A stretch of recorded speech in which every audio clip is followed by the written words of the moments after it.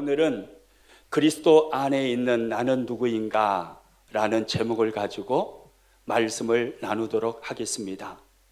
그리스도 안에 있는 나는 누구인가를 아는 것은 대단히 중요합니다. 그리스도 안에 있는 나는 누구인가를 성경을 통해서 바르게 알게 될 때에 험한 세상을 믿음으로 멋지게 승리할 수 있는 것입니다. 오늘 말씀을 통해서 그리스도 안에 있는 나는 누구인가, 나를 재발견하는 복된 시간이 되시기를 축복합니다. 설교를 시작하면서 화면에 그림 하나 먼저 보여드리겠습니다. 이 그림을 잘 보십시오. 여러분 눈에는 어떤 그림으로 보이시나요? 어떤 분에게는 이 그림이 천진난만한 소녀의 옆모습으로 보일 것입니다. 그리고 또 어떤 분에게는 마귀 할머니와 같은 노파의 옆모습으로 보이게 될 것입니다. 여러분의 눈에는 어떤 그림으로 보이시나요? 아이고, 내 눈에는 천진난만한 소녀의 옆모습으로는 보이는데 노파의 얼굴로는 안 보여요. 어떻게 저게 노파지? 설교 끝날 때까지 고민하고 있을까 봐 제가 가르쳐 드리겠습니다. 여기 보시면 얘가 매부리 코입니다. 그리고 턱, 입, 눈, 모자, 머리. 노파 같죠? 예. 한 그림, 똑같은 그림이지만 어떻게 보느냐에 따라서 전혀 다르게 보이는 것이죠. 우리가 사는 세상에는 관점의 차이, 시각의 차이라는 것이 있습니다. 그래서 똑같은 사람, 똑같은 사건, 똑같은 환경임에도 불구하고 어떤 관점을 가지고 있느냐에 따라서 전혀 다르게 보이는 것이죠. 딸과 아들을 결혼시켜서 미국에 이민을 보낸 한 어머니가 아들, 딸 집을 찾아갔습니다. 먼저 LA에 살고 있는 딸 집을 찾아갔답니다. 하룻밤 자고 아침 일찍 일어났는데 놀라운 광경을 보았습니다. 딸은 쿨쿨 자고 있는데 사위가 아침 일찍 일어나서 혼자 아침 식사를 준비해서 아침밥을 먹고 샌드위치, 도시락을 싸서 출근을 하는 것입니다. 그 모습을 보고 마음이 너무 흐뭇했습니다. 내 사위는 내 딸을 참 사랑하는 사위구나. 내 딸은 참 남편에게 사랑을 받는 행복한 딸이구나. 그런 생각이 들면서 마음이 너무 흐뭇한 거예요. 그 다음 날이 되었습니다. 샌프란시스코에 살고 있는 아들 집을 찾아갔습니다. 하룻밤을 자고 아침 일찍 눈을 떴는데 또 놀라운 광경을 보았습니다. 며느리의 모습은 아무리 살펴봐도 안 보이는 것입니다. 금이야 오기야 받들어 키워가지고 미국으로 유학 보내서 결혼시켜 놓았던 이 아들이 혼자 일찍 일어나가지고 아침 준비하고 아침밥을 차려 먹고 샌드위치, 도시락을 싸가지고 출근하는 그 모습을 보면서 이 어머니의 마음이 억장이 무너지는 거예요. 화가 치밀어 오르는 겁니다. 도대체 며느리는 어디 간 거야 지금? 궁상맞게 아들이 돼가지고 말이야. 그러면서 며느리가 그렇게 밉더랍니다. 여러분, 사람이 이래요. 누구를 기준으로, 무엇을 기준으로 보느냐에 따라서 똑같은 상황인데 전혀 다르게 해석이 되는 것이죠. 여러분, 예수님 믿고 행복하신가요? 예수님 안에 여러분은 행복한 사람들이신가요? 혹시 신앙생활 하면서 내가 예수님 믿고 신앙생활 한 것이 나는 너무 후회가 된다. 내가 뭐 하려고 예수님 믿어가지고 이렇게 코가 끼어불어가지고 주일날 쉬지도 못하고 예배당에 와야 되고, 뭐 하려고 예수님 믿어가지고 술도 마시지 못하고 얻으려고 예수님 믿어가지고 내 팔자가 이거 뭔가 그러면서 막 신앙생활 하는 것이 너무 막 후회스러우신 분 계십니까? 안 계시죠? 우리 모두는 예수님 믿는 게 너무 행복합니다. 신앙생활 하는 게 너무 좋습니다. 그런데 모든 사람이 예수님 믿는 사람을 다 그렇게 보는 것은 아닙니다. 예수님을 믿지 않는 사람들 눈에 비치는 예수님을 믿는 사람은 너무나 한심하게 보이는 것입니다. 우리가 전도하다 보면 그렇게 말하는 사람을 간혹 만날 때가 있습니다. 교회 무슨 재미로 다니는지 나는 모르겠어요. 술도 마시지 않죠. 회식하면 2차, 3차도 가지 않죠. 일요일이 되면 편히 쉬면 좋을 건데 쉬지도 못하고 정장 차림으로 교회 가서 하루 종일 예배드리고 교회 봉사하지요. 교회를 다니면 뭐 떡이 나옵니까? 금이 나옵니까? 거기다가 교회에다가 헌금까지 하면서 교회에다가 바치면서 교회를 다니는 사람이 나는 이해할 수가 없어요. 이렇게 말하면서 신앙생활하는 우리들을 불쌍히 여기는 사람들이 전도하다 보면 간혹 있는 것을 알게 됩니다. 맞지요? 이렇게 세상은 우리를 바라보기도 합니다. 그런데 예수님을 믿는 사람들에 대한 이러한 시각은 오늘 우리가 살고 있는 이 시대에만 있는 것이 아닙니다.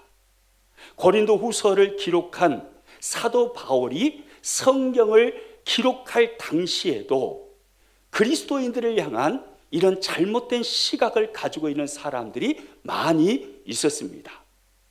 그 시대에 많은 세상 사람들은 그리스도인들을 향하여서 남을 속이는 거짓말하는 사람들, 그리고 근심이 많은 사람들, 그리고 아무것도 가지지 않은 지극히 가난한 사람들, 이렇게 그리스도인들을 생각하였습니다. 그래서 사도 바울은요, 오늘 본문에서 그런 말을 하는 것입니다.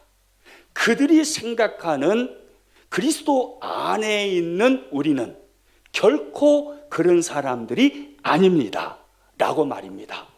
그러면서 오늘 본문에서 그리스도 안에 있는 그리스도인인 우리들이 어떤 사람인가에 대하여서 변증해 주고 있습니다. 여러분, 그렇다면 사도 바울이 말하는 그리스도 안에 있는 나는 누구일까요? 옆 사람 한번 물어봅니다. 그리스도 안에 있는 지비는 누구세요? 네. 오늘 성경을 통해서 사도 바울은 그리스도 안에 있는 나는 누구인가에 대해서 여러 가지로 변증하며 우리들에게 자세하게 말씀해 주고 있는데, 여러분, 이 말씀을 통해서 그리스도 안에 있는 내가 누구인가를 참으로 아는 은혜가 있기를 축복합니다. 바울은 첫째, 그리스도 안에 있는 나는 이렇게 말하고 있습니다. 화면 보고 같이 읽습니다. 속이는 자 같으나 참된 자입니다. 속이는 자 같으나 참된 자라는 거예요. 오늘 보면 8절 말씀을 같이 읽습니다. 우리는 속이는 자 같으나 참되고. 세상 사람들이 바라볼 때 복음을 말하는 우리들은 거짓말로 속이는 사람으로 보인다 이 말입니다. 여러분, 생각해 보세요. 세상 사람들은 그렇게 이해할 수밖에 없습니다. 우리가 말하는 복음이 어떤 것입니까? 하나님이 사람의 몸을 입고 이 땅에 찾아오셨는데 그분이 예수님이라고 말합니다. 그리고 그 예수님은 처녀의 몸에서 태어났다라고 말합니다. 예수님이 이 땅에 계실 때 죽은 나사로를 살리신 분이라고 말합니다. 보리떡 5개와 물고기 2마리로 5,000명을 먹이시고 12바구니까지 남기신 분이라고 말합니다.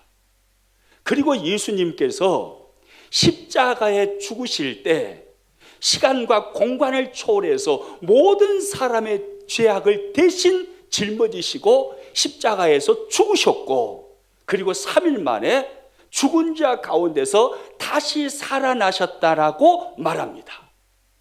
그리고 그 예수님을 구주와 주인으로 영접하여서 믿으면 예수님께서 당신 안에 거하시게 될 것이고, 예수님이 당신의 구주가 되시고 당신의 주인이 되어주심으로 당신의 모든 죄를 용서하시고 당신에게 영생을 허락하여 주시고 구원의 은총을 베풀어 주시고 죽으면 천국으로 이끄신다라고 말합니다. 이것이 우리가 말하는 복음입니다. 여러분, 우리가 말하는 이 복음을 세상 사람들이 논리와 이성으로 받아들일 때 우리가 말하는 이 복음이 이해가 될까요? 이해가 안 됩니다. 우리가 말하는 것은 완전히 거짓말하는 것 같아요. 어떻게 처녀의 몸에서 사람이 납니까? 어떻게 죽은 자가 다시 살아납니까? 도저히 이해할 수 없는 그런 말을 우리가 복음으로 전하고 있는 것입니다. 그래서 세상 사람들이 생각할 때는 우리가 거짓말하고 속이는 자로 보이는 것입니다. 한번 따라서 해봅니다. 오메오메. 내가 예수님을 믿는 것이 신기하구마이. 할렐루야. 여러분, 예수님 믿는 것 자체가 신기한 일입니다. 인간의 이성과 논리로는 도저히 이해할 수 없고 받아들일 수 없는 이 신기한 것을 우리는 믿고 있는 것입니다. 성령의 도우심과 은혜로 예수님이 나의 구주로 내 인생의 주인으로 우리는 믿어진 줄로 믿습니다. 이처럼 큰 기적이 없어요. 우리는 가장 신비한 기적을 체험하고 있는 사람인 거예요. 세상은요, 우리가 전하는 복음을 들을 때 우리가 거짓말하는 자로 여겨지는 것입니다. 그래서 세상은 우리를 향하여 거짓말하는 거짓말쟁이라고 말을 합니다.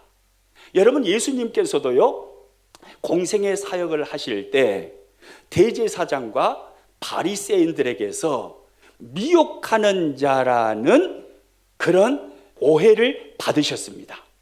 그리고 사도 바울도요, 복음을 전할 때 사도 바울의 대적들에게 거짓말하는 사람이라고 오해를 받기도 했습니다. 사도행전 17장에 가서 보면요, 사도 바울이 데살로니가라는 지역에 들어가서 회당에서 복음을 전합니다. 예수님의 죽으심과 부활을 증거하는데 그 자리에 있었던 어떤 유대인들이 고함을 칩니다. 천하를 어지럽게 하는 사람이라고 그렇게 바울을 향해서 고함을 치는 것입니다. 사도행전 17장 6절 같이 읽습니다. 발견하지 못하매 야손과 및 형제들을 끌고 읍장들 앞에 가서 소리질러 이르되 천하를 어지럽게 하던 이 사람들이 여기도 이르매. 복음을 전하는 바울을 향해서 천하를 어지럽게 하던 이 사람이라고 소리를 친 것입니다. 천하를 어지럽게 하는 이 사람들이라는 것은요, 천하를 현혹시키는 사기꾼이라는 말이에요. 바로 바울은 사기꾼이다, 거짓말장이다 라고 말하는 것입니다. 그러나 오늘 본문에서 바울은 말하죠. 우리는 거짓말하는 사람이 아니요, 어떤 자라고 말합니까? 오늘 보면 8절 말씀 다시 한번 읽습니다. 우리는 속이는 자 같으나 참되고, 할렐루야, 우리가 어떤 자라고 합니까? 따라서 합니다. 참되고. 속이는 자 같으나 사실은 참된 자라는 거예요. 참되고라는 말은 참된 진리를 알고 있는 자고 참된 진리를 말하는 자라는 의미입니다. 여러분, 하나님께서 말씀으로 온 세상을, 우주 만물을 창조하셨으며 예수 그리스도께서 길이요 진리요 생명이심을 아는 것은 참된 진리인 줄로 믿습니다. 여러분, 이것이 참된 진리예요. 우리는 이 참된 진리를 알고 있는 사람들인 것입니다. 그러므로 세상이 아무리 우리를 향하여서 속이는 자라고 거짓말하는 자라고 말할지라도 진정으로 참된 진리를 알고 있고 참된 진리를 말하고 있는 사람들은 바로 우리들인 것입니다. 그리스도 안에 있는 바로 나, 그리스도 안에 있는 바로 우리들, 우리가 참된 진리를 알고 있고 참된 진리를 말하는 사람들인 것이죠. 할렐루야. 또요, 그리스도 안에 있는 나는 누구일까요? 둘째, 바울은 이렇게 말합니다. 화면 보고 같이 읽습니다. 무명한 자 같으나 유명한 자입니다. 무명한 자 같으나 유명한 자라고 바울은 말합니다. 오늘 본문 9절 말씀 같이 읽습니다. 무명한 자 같으나 유명한 자요. 여기서 무명한 자라는 말의 의미는요, 세상으로부터 인정받지 못하는 자, 무시당하는 자라는 말입니다. 사도 바울은요, 많은 유대인들에 의해서 자신의 사도성을 인정받지 못했습니다. 무시를 당했습니다. 부활하신 예수님께서 다메섹 도상에서 이방인의 사도로 바울을 불러서 세우셨지만 수많은 사람들이 바울의 사도성을 인정하지 않고 바울을 무시했던 것입니다. 여러분, 이처럼 세상은 우리 그리스도인들을 향해서 무시를 합니다. 우리 그리스도인들을 인정하지 않습니다. 무명한 자 같다라고 말합니다. 그러나 진짜 유명한 자는 바로 우리 그리스도인들인 줄로 믿으시기 바랍니다. 여러분, 어떤 사람이 유명하다는 것을 어떻게 알 수 있습니까?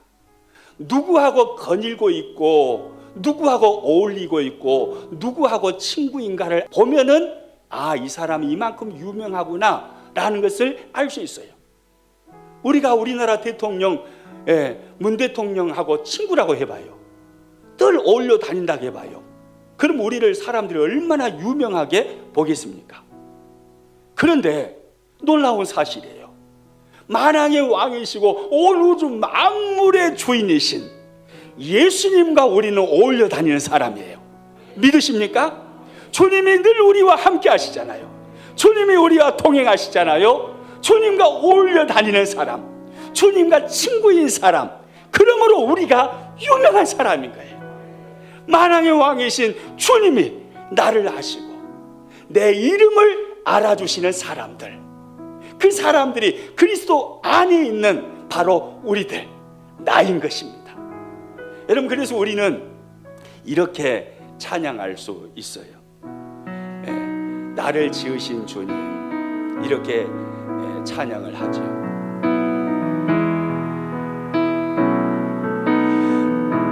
나를 지으신 주님, 내 안에 계셔 처음부터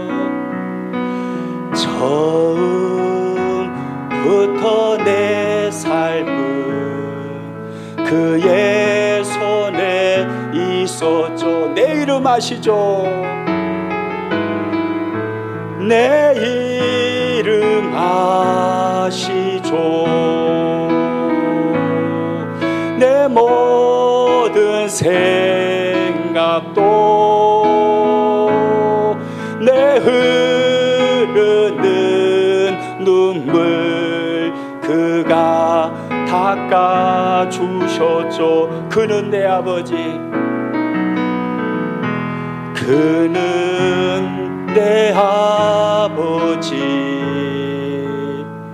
난 그의 소유. 내가 어딜 가든지 날 떠나지 않죠. 내 이름 아시죠?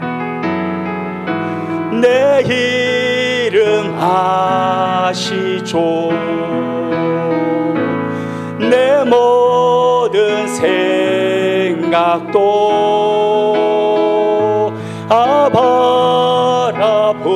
바라보를 때 그가 들으시죠.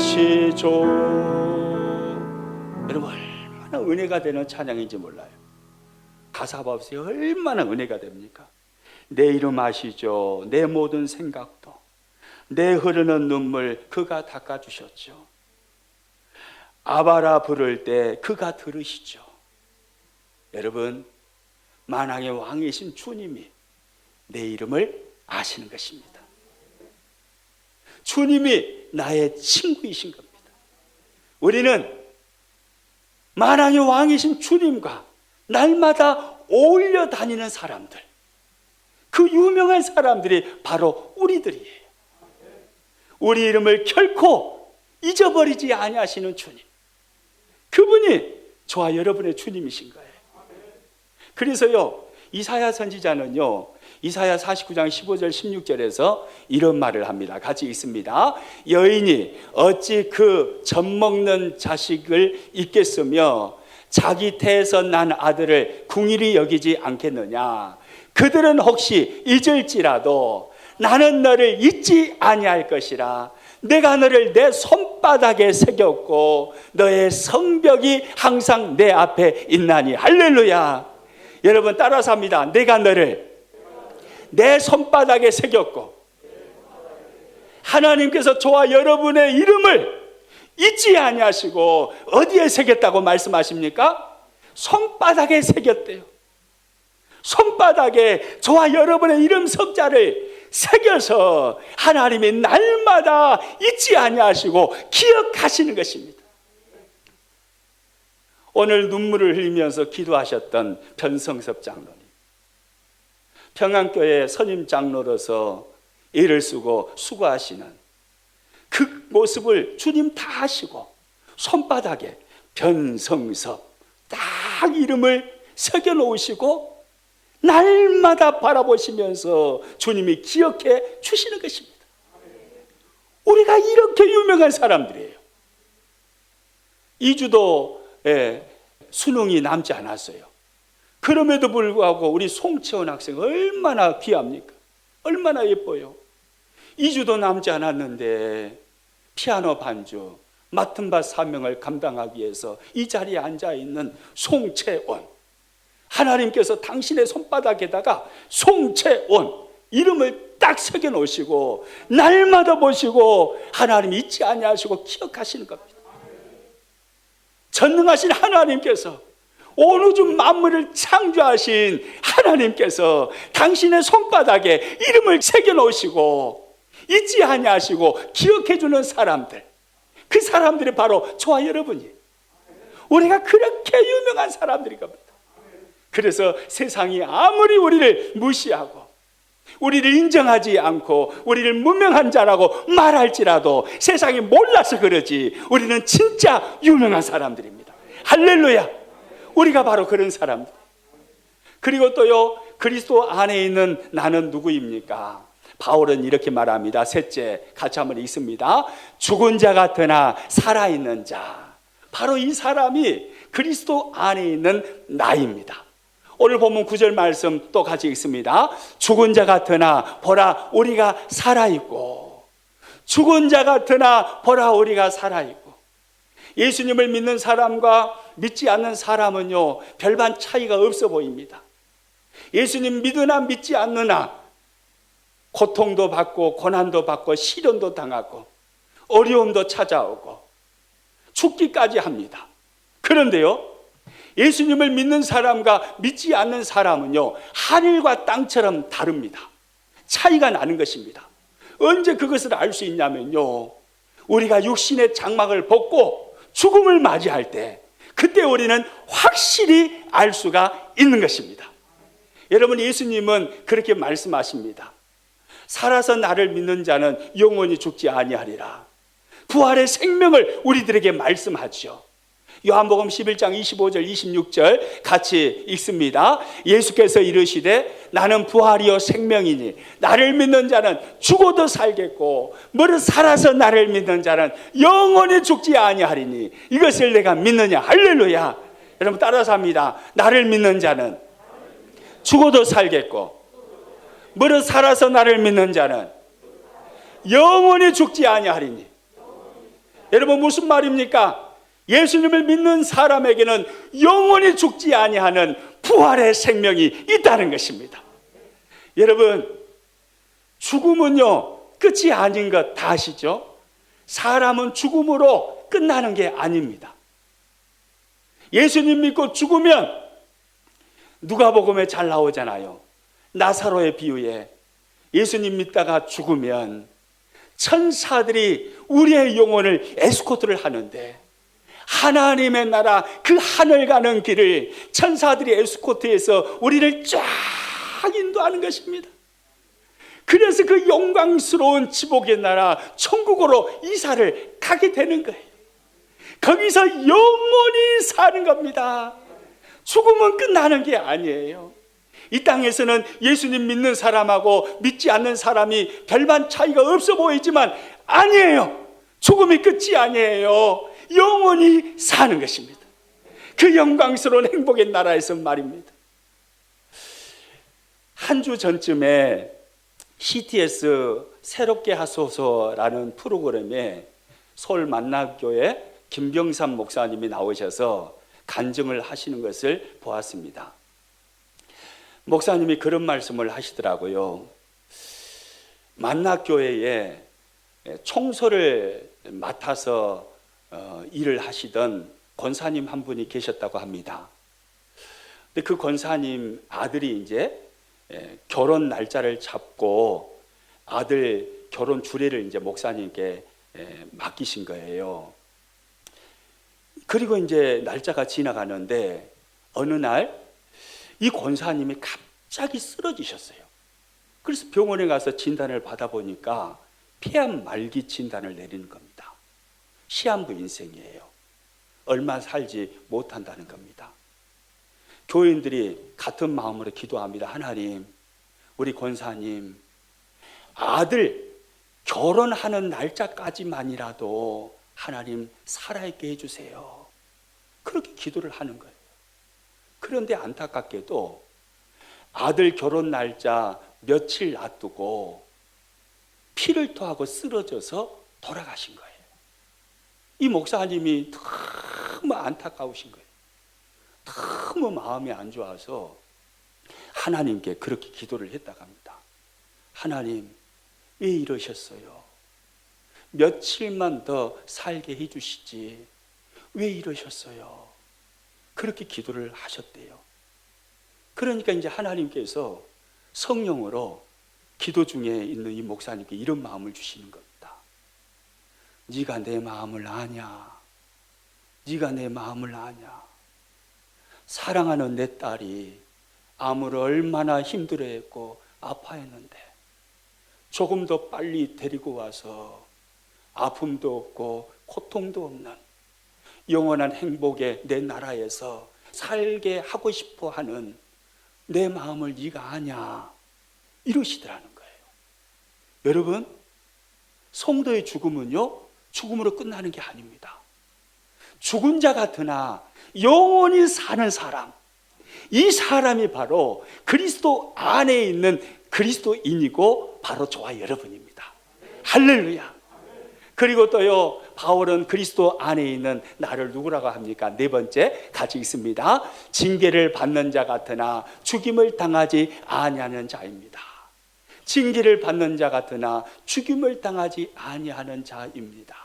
바울은 그렇게 말합니다. 오늘 본문 9절 말씀 또 같이 읽습니다. 징계를 받는 자 같으나 죽임을 당하지 아니하고. 징계를 받는다는 것은요, 고난이 있다 이 말입니다. 그리스도 안에 있는 사람들에게도 고난이 많이 찾아온다 이 말입니다. 여러분, 바울의 인생은요, 고난의 연속인 인생이었습니다. 복음을 위해서 일평생 헌신하면서 살았지만 하나님은 바울의 인생에서 고난을 면제해 주시지 않으셨습니다. 잘 아시는 것처럼 육체 가시를 평생 가지고 살았던 사람이 바울이었죠. 그 징계, 고난이 바울의 인생에 끊이지 않았습니다. 그런데 바울은 말합니다.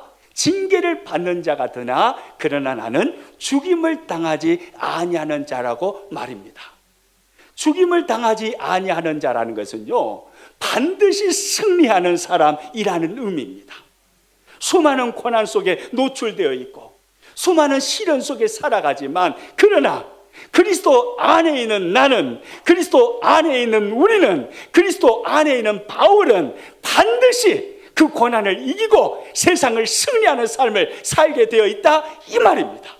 그래서 바울은요, 고린도후서 4장 8절 9절에서 이런 말을 합니다. 같이 읽습니다. 우리가 사방으로 우겨쌈을 당하여도 쌓이지 아니하며, 답답한 일을 당하여도 낙심하지 아니하며, 박해를 받아도 버림받지 아니하며, 거꾸로뜨림을 당하여도 망하지 아니하고, 할렐루야. 여러분 따라서 해봅니다. 쌓이지 아니하며, 낙심하지 아니하며, 버림받지 아니하며, 망하지 아니하고. 여러분, 이 말이 무슨 말입니까? 성도에게는 수많은 고난이 찾아와요. 그러나 결코 그 고난으로 인생이 끝나는 게 아니라 이 말입니다. 반드시 이기고 승리하게 되어 있다, 이 말입니다. 수많은 고난이, 징계가 그리스도 안에 있지만 면제되지 않고 우리에게 끊임없이 찾아옵니다. 코로나19 시대를 살고 있는데 그리스도인이라고 해서 저와 여러분이 코로나19 시대에 안 살고 딴 세상에 살고 있습니까? 똑같이 고난을 당합니다. 그러나 다른 것이 있습니다. 똑같은 고난을 당하지만 그러나 그리스도 안에 있는 나는 반드시 승리하는 사람이 되는 것입니다. 할렐루야. 이것이 그리스도 안에 있는 나의 정체성이에요. 그리고 또요, 그리스도 안에 있는 나는 누구입니까? 바울은 다섯 번째로 이렇게 말합니다. 같이 읽습니다. 근심하는 자 같으나 항상 기뻐하는 자입니다. 근심하는 자 같으나 항상 기뻐하는 사람, 이 사람이 그리스도 안에 있는 나인 거예요. 오늘 보면 10절 말씀 같이 읽습니다. 근심하는 자 같으나 항상 기뻐하고. 사도 바울의 마음에는요, 항상 근심이 가득했습니다. 민족 구원을 위한 근심, 이방인들의 구원에 대한 근심, 그리고 바울은 선교 여행을 통해서 많은 교회를 개척했잖아요. 교회들을 향한 근심, 이 근심이요, 바울의 마음속에 가득했습니다. 그러나 또한 바울의 마음에는 하나님이 주시는 기쁨이 충만했던 것입니다. 하나님이 주시는 기쁨이요. 그래서요, 빌립보 지역에서 복음을 전하다가 바울이 감옥에 갇히잖아요. 깊은 감옥에 있을 때에도 바울은 기쁨으로 찬송한 것입니다. 그리고 빌립보 교인들에게 말하죠. 주 안에서 항상 기뻐하라. 내가 다시 말하노니 기뻐하라. 바울은요, 기쁨을 계속해서 말하고 있는 것입니다. 그가 많은 근심 가운데 있었으나 늘 하나님이 주시는 기쁨을 충만히 누리고 있었다라는 사실이죠. 여러분, 예수님은요, 우리 예수님 믿는 사람들이 당신 안에 있는 기쁨을 끊임없이 누리기를 원하시는 줄로 믿으시기 바랍니다. 요한복음 17장 13절에 가서 보면 이렇게 주님이 말씀합니다. 같이 읽습니다. 지금 내가 아버지께로 가오니 내가 세상에서 이 말을 하옵는 것은 그들로 내 기쁨을 그들 안에 충만히 가지게 하려 함이니이다. 그들로 내 기쁨을 그들 안에 충만히 가지게 하려 함이니이다. 예수님의 간절한 소원, 그리스도 안에 있는 하나님의 사람들을 향한 간절한 소원은요, 예수님의 기쁨을 그들도 누리기를 원하시는 것입니다. 이 소원을 가지고 계신 주님이 저와 여러분 지금 우리 안에 계시는 줄로 믿으시기 바랍니다. 그 주님이 우리 안에 계시면서 당신의 기쁨을 끊임없이 우리 안에서 부어주시는 것입니다. 그러므로 그리스도 안에 있는 나는요, 근심 가운데 있는 것 같으나 기쁨이 충만한 사람이에요. 저와 여러분이 바로 그런 사람인 것입니다. 할렐루야. 그리고 또요, 그리스도 안에 있는 나는 누구입니까? 여섯 번째로 이렇게 말합니다. 같이 읽습니다. 가난한 자 같으나 많은 사람을 부요하게 하는 자입니다. 가난한 자 같으나 많은 사람을 부요하게 하는 사람, 그 사람들이 바로 그리스도 안에 있는 바로 저와 여러분입니다. 오늘 보면 10절 말씀 같이 읽습니다. 가난한 자 같으나 많은 사람을 부요하게 하고. 여러분, 바울은 사실 가난한 사람이었습니다. 바울의 선교 사역을 하는 모습을 성경 속에서 보십시오. 바울은 선교 후원을 받기도 했지만 대부분 개척교회를 세우는 사역이었기 때문에 스스로 천막을 지어서 사역비를 마련을 했습니다. 바울은 평생 가난한 삶을 살았던 것입니다. 그럼에도 불구하고 바울은 말합니다. 나는 많은 사람을 부요하게 하는 사람이라고요. 여러분, 왜 바울은 그렇게 찢어지게 가난하면서도 많은 사람을 부요하게 하는 사람이라고 고백을 하였을까요? 그것은요, 지극히 풍성한 예수님의 은혜를 바울이 스스로 누리고 있었기 때문에 그렇습니다. 또 하나는 측량할 수 없는 그리스도의 풍성한 그 은혜를 많은 이방인들에게 복음을 전함으로 나누는 사역을 하고 있었기 때문에 그렇습니다. 에베소서 3장 8절 말씀 같이 한번 읽습니다. 모든 성도 중에 지극히 작은 자보다 더 작은 나에게 이 은혜를 주신 것은 측량할 수 없는 그리스도의 풍성함을 이방인에게 전하게 하고, 할렐루야. 그리스도의 풍성함, 측량할 수 없는 그 풍성함을 바울은 이방인들에게 전했던 거예요.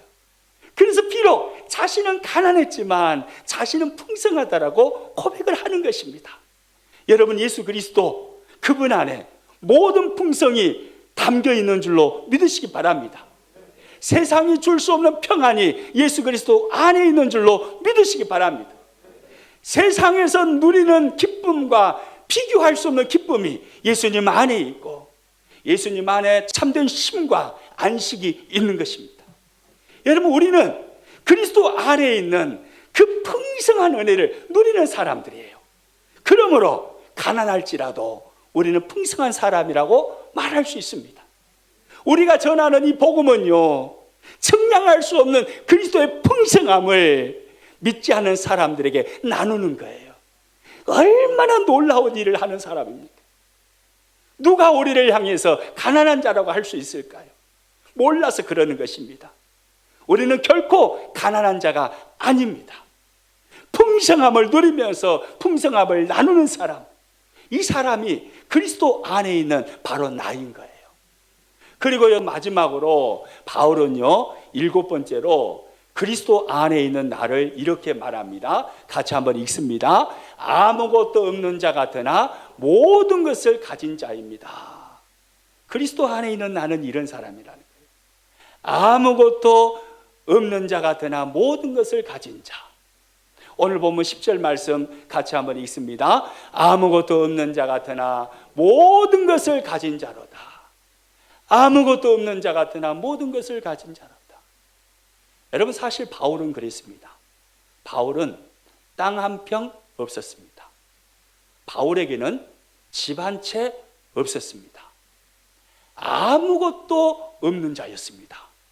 그런데 바울은 말합니다. 내가 모든 것을 가진 자라고 말입니다. 왜 이렇게 말할까요? 예수님을 소유하고 있기 때문에 그렇습니다. 여러분, 예수님 안에 모든 것이 있잖아요. 예수님이 바울의 주인이시고 예수님의 바울의 친구이십니다. 주님이 바울과 함께 하시기에 바울은 나는 모든 것을 가진 자라고 말했던 거예요. 여러분, 서울 집값이 허벌나게 지금 막 오르고 있잖아요. 뭐 10억 가지고도 아파트 한 채 사기가 쉽지 않다고 하더라고요. 수십억 집을 가지고 있는다 할지라도 누가 이렇게 말을 하는 사람이 있을까요? 나는 모든 것을 가진 자라고요. 사람들은 모두 다 히딩크를 닮았나 봐요. 그래서 나는 항상 배고프다고 그럽니다. 항상 나는 배고픕니다. 이것이 사람이에요. 그런데 우리 그리스도인들은 그렇게 말하는 사람이 아닌 것입니다. 아무것도 없는 것 같으나 나는 모든 것을 가진 자입니다. 예수님이 내 인생의 주인이십니다. 나는 예수님을 소유한 자입니다. 보배이신 주님이 나와 함께 하시고 내 삶의 의미이신 주님이 나와 함께 하시기에 나는 모든 것을 가진 자입니다. 이렇게 말하는 사람이 그리스도 안에 있는 바로 저와 여러분, 우리들인 거예요. 할렐루야. 말씀을 정리하도록 하겠습니다. 그리스도 안에 있는 나는 누구입니까? 오늘 성경을 다시 한번 본문 말씀을 다시 한번 고린도후서 6장 8절에서 10절까지 여러분 성경을 바라보면서 여러분이 가지고 온 성경을 보면서 8절부터 10절까지 의미를 생각하시면서 한번 크게 읽어봅니다. 시작. 영광과 욕됨으로 그러했으며 악한 이름과 아름다운 이름으로 그러했느니라. 우리는 속이는 자 같으나 참되고 무명한 자 같으나 유명한 자요 죽은 자 같으나 보라 우리가 살아있고 징계를 받는 자 같으나 죽임을 당하지 아니하고 근심하는 자 같으나 항상 기뻐하고 가난한 자 같으나 많은 사람을 부유하게 하고 아무것도 없는 자 같으나 모든 것을 가진 자로다. 할렐루야. 여러분 이 사람이 바로 저와 여러분이에요. 우리 옆 사람한테 이렇게 이야기합니다. 이 사람이 바로 납니다. 할렐루야. 그리스도 안에 있는 나는 바로 이런 사람이에요.